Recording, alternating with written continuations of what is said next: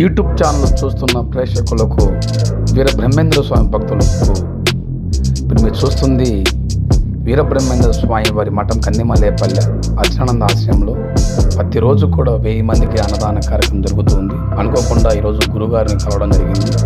ముఖ్యమైన వాళ్ళని పరిచయం చేయడం జరిగింది. ఇప్పుడు మాట్లాడుతుంది సిద్ధ వైద్యులు ఎంబీబీఎస్ సుబ్బనాయుడు గారితో, అదేవిధంగా వెంకటేశ్వర చౌదరి గారు బెంగళూరులో ఉంటారు.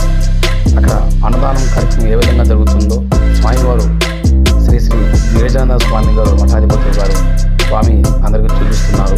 ఏ విధంగా ప్రతిరోజు ఎలా ఉంటుంది, తాలింపు, రసం, మజ్జిగ, పెరుగు, అదేవిధంగా సాంబారు, ప్రసాదం ఇక్కడ కూర్చున్న అందరూ కూడా వడ్డించేవాళ్ళు, అంటే సేవకులు.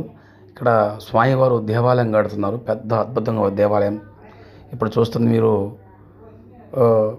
కూరగాయలు రోజు కూడా అన్నీ కూడా బస్తాలతో వెహికల్ వేసుకొని పోయి తెస్తారు బద్వేలికి వెళ్ళి.